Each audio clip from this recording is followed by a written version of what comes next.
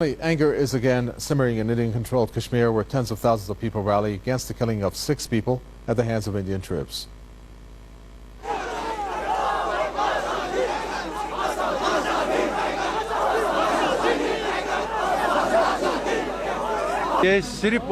Yesterday's incident is intended to instill fear among the Kashmiri people. This is murder of innocent people. The parties who contest elections are responsible for these killings. Demonstrations were held across Kashmir, but were mostly focused near the town of Shopian, where Kashmiris were shot dead at a military checkpoint. India claims 2 of the victims were militants.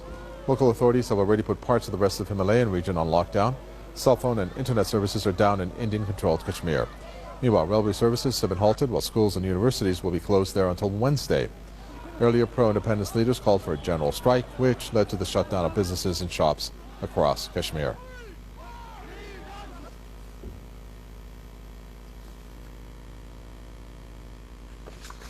Sayyid Mohsin Abbas, journalist and political commentator, joins us from London.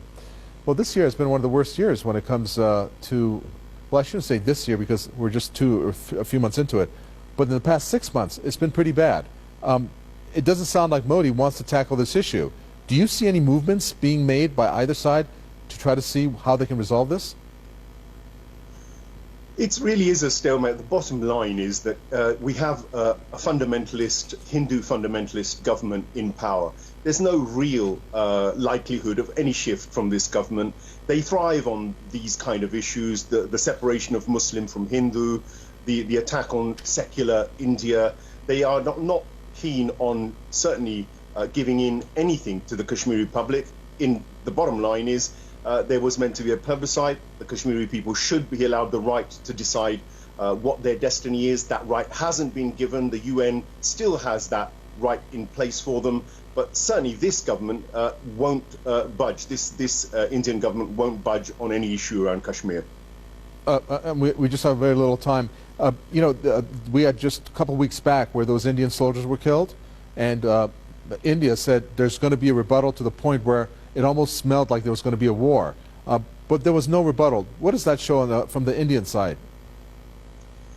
I think at the end of the day, nobody really wants that war. They're both nuclear powers. They know they can't really finish the game off. Skirmishes are taking place, and these incidents will continue until, in fact, the world gets involved. There has to be some international resolution to this issue. The only other alternative is the continued resistance. And let's not forget, the problem of Kashmir, or the violation of the Kashmiri rights of the Kashmiri people, began at the same time as the violation of the rights of the Palestinian people in 1947. Since then, the Indian government has behaved pretty much exactly as the Israeli government has. And until that changes, really the people are not going to be ingratiated to the Indian government, let alone want to be part of India. And that's the reality on the ground. Kashmiris don't want to be part of India. Sayyid Mohsin Abbas, thank you. Journalist and political commentator from London.